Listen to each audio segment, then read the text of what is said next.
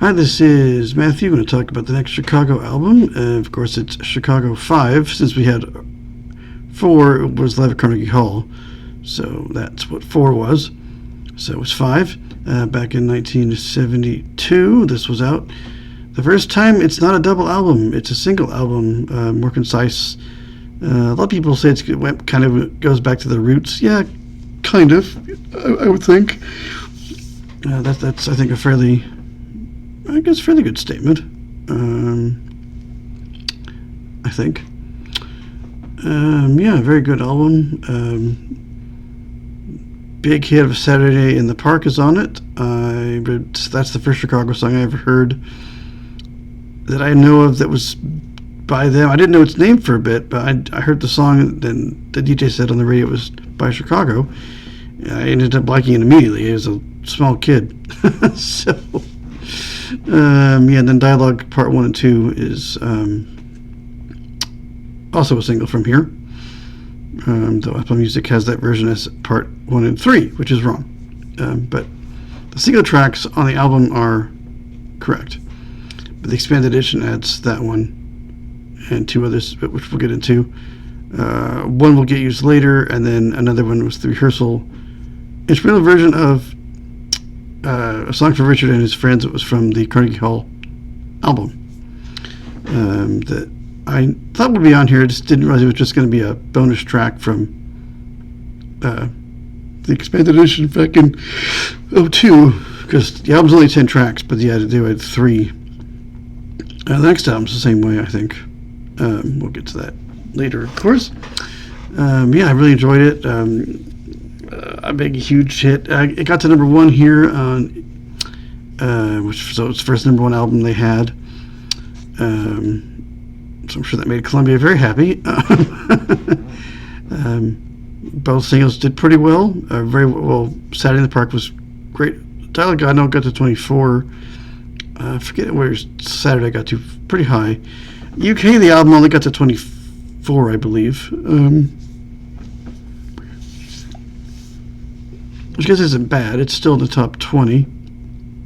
Well, low top 20, I suppose, but it's at least your top 30 albums. But yeah, a very good, solid album, I think.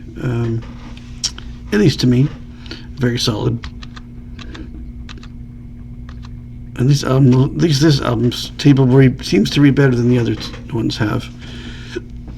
I know there was an NVDA, my screen reader, it's had an update, but I think it was just a security patch, so I don't think it fixed that. But it just seems to work better. And we only have one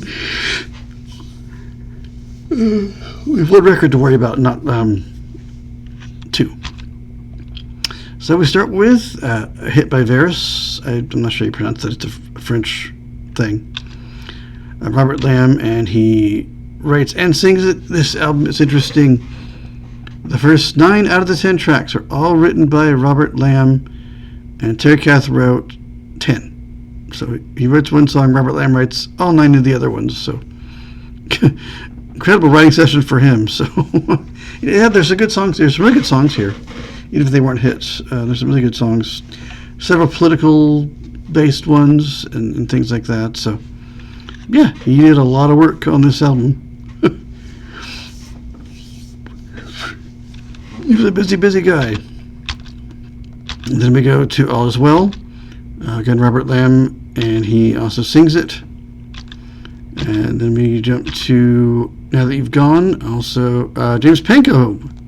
I stand corrected. He wrote 8 of the 10, because James Pankow is credited the trombone player for this one. Terry Kath sings that one.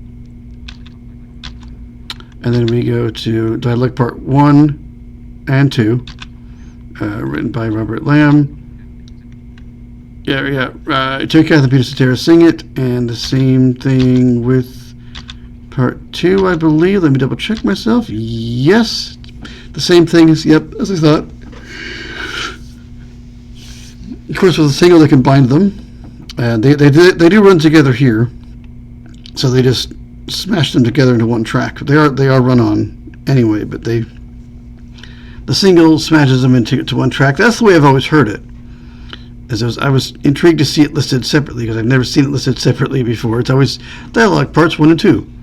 So I didn't realize they were separate, because they've just always been combined on hits collections that I've had. So yeah, I can't tell any difference. I don't believe there's any difference in them. I don't think. Good track though. They're talking about, like, one guy's, really concerned about stuff happening in the world and cities and poverty and stuff, and other guys like, yeah, I don't live in a big city. I'm in the country, and my neighbors are all good, and everything's fine here, and I'm not sure I don't have the experiences you have, but everything's okay. And it kind of changes his outlook, and basically the second half is just basically how, we can change the world if we want to change the world. We have the power to change it. It's kind of what I got from it, in my opinion. That's what I got from the lyrics that I heard. But it's a cool song anyway. And then we go to side 2. That's it's for side 1. And then we go to While the City Sleeps. It's Robert Lamb, and he sings it too. Kind of a somber little thing, but kind of a good song anyway. Then Saturday in the Park follows, that wonderful song. He wrote it and he sings it. And Pius Cetera, yeah, I guess he's on. Yeah, he is on part of the song. That's true. But he didn't write anything on this album, so he does have some vocal work, but he does not write anything on this album. And then we go to State of the Union, which is a very political song. Robert Lamb sings it, and Pius Cetera sings it. But yeah, that's a very, like, political tune. But I don't know if Watergate. This was all written in '71. I think they held it back till the summer of '72. So I don't.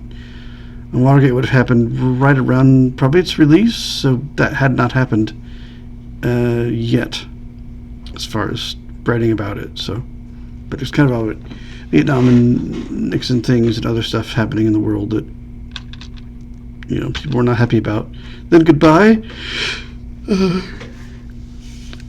again written by Robert Lamb, and Pius Cetera sings it. So, and then Alma Mater is Terry Kath wrote, and he sings it. It's kind of an acoustic song, and that is the album. Our reissued, as I said, our 2002 bonus tracks that I talked about are just going to be A Song for Richard and His Fringe studio version without vocals. It's instrumental. Wikipedia said it was a rehearsal, but it's the same kind of track that would have been on Live Carnegie Hall. It has freeform, it has jazz. It's got Terry Kath doing all kinds of freeform, Hendrixy guitar solos and very interesting things. Sounds like an airplane taking off and landing at different times, or revving up the engine. So it's kind of cool to hear. If you like Terry Kath on guitar, this is another time where he just kind of does his thing. Cause I'm surprised they didn't just put it on somewhere, but they decided not to for whatever reason. I don't know if it just didn't work out, or was too long, or somebody didn't like something about it. Maybe the label complained. I don't know what happened, but I know it was obviously very politically charged. Maybe they didn't want people coming down on them for writing it, or who knows why. But Robert Lamb wrote it, of course. It's an 8-minute and 15-second version. And then we have Mississippi Delta City Blues, first recorded version with scratch vocal by Kath. He wrote it, and he does sing it. I think it was on Chicago, like 10 or 11. We'll come to that later, but it's somewhere. It's a little bit later album than this. It's not on 6 for sure. I looked at 6, but it's in a few albums. They do use it, and then the only other one is just the single-edited version of Dialogue Part 1 and Part 2 combined, so it's Parts 1 and 2. And Robert Lamb, of course, wrote that. 5 minutes and 2 seconds. Yeah, there might be a little bit chopped off of 1 and 2, not by much. I think it's very minor if there are. I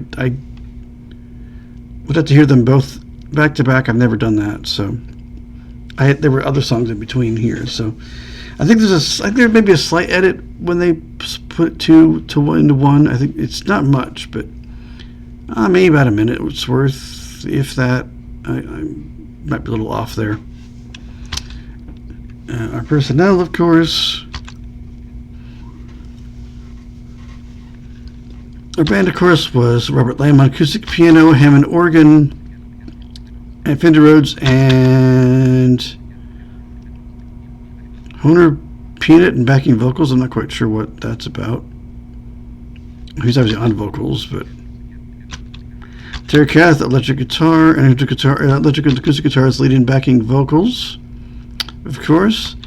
Peter Cetera, bass guitar, and wah wah bass, leading backing vocals. I didn't realize that wah wah pedal was on a bass. I thought maybe that was Terry Kath. It was apparently Peter. I didn't know you could wah wah pedal a bass. That is neat. I always assumed it was just a guitar. No, I know. James Pankow, trombone and percussion and brass arrangements. I love his arrangements. The technical ability of this band of this period of the band is just ridiculous. Not that other periods weren't, but these guys just really, really just did things. Just nothing. Yeah, they could just do anything. And multi-instrumental guys, everybody did percussion. People wrote arrangements. It's just, yeah, cool stuff. Walter Perezader on saxophones and flute and percussion. So yeah, woodwinds, but percussion as well. Shakers and tambourines and whatever.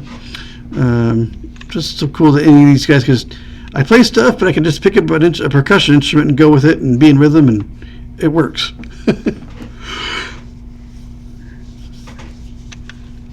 So nice to see. Lee Loney was on trumpet and flugelhorn and percussion and backing vocals. Again, everybody can just pick up instruments and play them. I love it. Just love it. Any of these guys can they're not doing anything, they'll just pick up something and play it. Fantastic. Then he said, of course, the drums and congas and antique bells and percussion. I don't remember where the bells are. Oh, I think they're in Dialogue Part 2, I think. Or no, it's the end of 1. I think I know where they are. I said there was some kind of sleigh bell, but they're called antique bells, I think. So, what do I know? I've never seen a percussion instrument. I did some in the pit and band in high school, but we didn't have all that kind of stuff. There's a man like the Steel Wheels. He's a drummer, but he uses other things as well as drums, and it was fun just to go and see what was in. I got a chance to go and look at his some of his stuff, because someone I know, she follows them around other places, and she's gotten to know them, and I'd seen them before, and I talked to him. Probably didn't remember me, but I got to see a few of his fun little percussion toys that band uses. If you want to hear that, I recommend Wild As We Came Here by them. Other things will have it after, but that's where he shows up for the first time. But yeah, I'll just say that, I didn't know those were antique bells. But, being in a studio, and, you probably can go find things to mess with.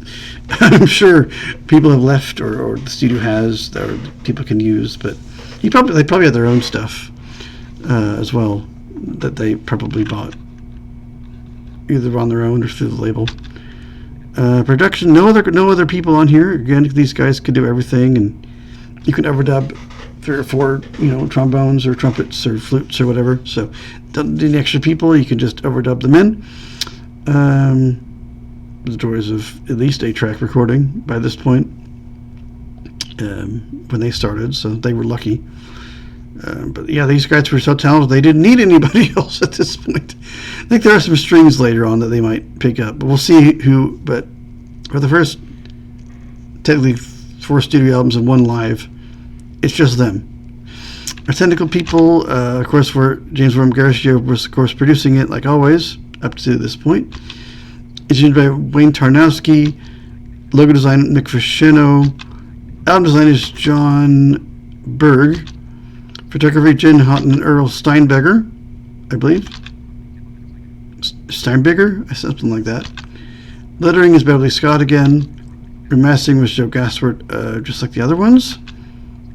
And that is it. A really good album. A huge hit in Saturday in the Park. I do like Dialogue also. That's also very catchy. And high school, I played that one quite a bit. I just liked how catchy it was, and I never really thought about what it was talking about quite at the time. I knew there was maybe something political, but I didn't quite know everything that I know now, and hadn't what I know about history. Just my parents grew up then, other people I knew grew up then. But yeah, solid album again, like the other ones. I can't recommend it enough. I just love the spirit of the band. I love the musicianship. I played trombone, so just all the brass stuff is wonderful, and all the rhythms and just things they were doing, even with the flutes and the saxophones. And there's some nice. I forget what track it was, but it was almost like a calm response between all three of the horn players at different times. Like this one's finishing, the other one's starting in with their solo, and it's just neat. I forget what track that was now, but listen out for that. I've forgotten now. But just lovely stuff like that. Stuff like that I just love to hear. In fact, I probably got to hear all of them live. I didn't know it. I think they were all still in the band. All three of these horn players, when I heard them, I thought the trombone was another guy, but when I saw them in '97, I was 7 rows off the floor, right by the trombone. It was wonderful. He was right in front of me. Apparently, I could definitely hear him. He was right in front of where I was sitting. So I was very excited. As a trombone player, I was thrilled to death. But the fact that I was there at all, I almost didn't go. My mom somehow had called around and had found, I guess, for shows they reserved tickets, and they just have them available. I guess, I don't know, whoever it was didn't need them or something, but we were able to get 2 of them, and I was able to see them with the Beach Boys here in Springfield back in '97. And yeah, I see my the Beach Boys reviews, but Carl was not there. He died, I guess, the year after, but I knew he was sick with cancer, but he died out well after, but he was not there. I don't know who it was. I suppose I could probably look it up on setlist.fm, maybe. I might at some point do that, see who's in the bands. I don't know if it tells me that. I think it does. I'm not sure. I know I can get the set list. Again, I wish I could have had a recording of these 2 shows that I was at. Beach Boys opened and then Chicago played second. I think a lot of times they'll swap. There's also really good, we'll talk about later, maybe, it's Earth, Wind & Fire in Chicago. That is a fun DVD. If you can find that, that is really good. I think those 2 would swap.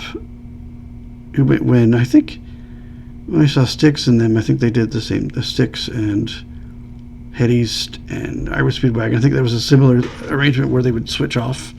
Every show was different. Yeah, I really like Chicago 5. I liked all of them, but I love that kind of musicianship, and people can play all kinds of things, and they can pick up a shaker or a tambourine and just play it. Just pick on, play some other instrument they need to play. Backup vocals when you need them. Just fantastic stuff. But next time we'll go to 73 for Chicago 6, which I do have on vinyl, and my parents actually found at a garage sale too. So there's 2 copies running around. Mine was given to me by a friend. I think it was out of her own collection, I think. Someone that my mom worked with was giving me some vinyl and gave me some vinyl that she knew I would like. So that was one of them. A few other ones, but that was only Chicago that I own myself, and the one my parents have is 6 from that garage sale. So I wish we had some of the other ones. My aunt who died in '03 of cancer, she had a few. I got to hear one Christmas in Kansas City where we would go. I got to hear I think Chicago 9 and I think she had 6 for sure. I think she just had those 2 on tape. She didn't have any CDs with her. I think they were off the vinyls. I'm not sure if they were off the vinyl or if she had purchased them. I can't remember, but she has with her in her music that she brought. And I got to look through some other discs that she brought also. She let me have full reign. It was great. I got to go and listen to some of her CDs and things that she brought. So, yeah. I've liked Chicago for a very long time, and clearly other people in my family like this band. I would love to see them again. Hopefully I can at some point. I know the band has totally changed, but we will go next time to 73 for Chicago 6. Of course, it's all Roman numerals, remember. So brush up on your Roman numerals, because we'll be having a lot of them. So get versed on them. Do a refresher on Roman numerals. But I will see you guys next time in another video for the next Chicago album.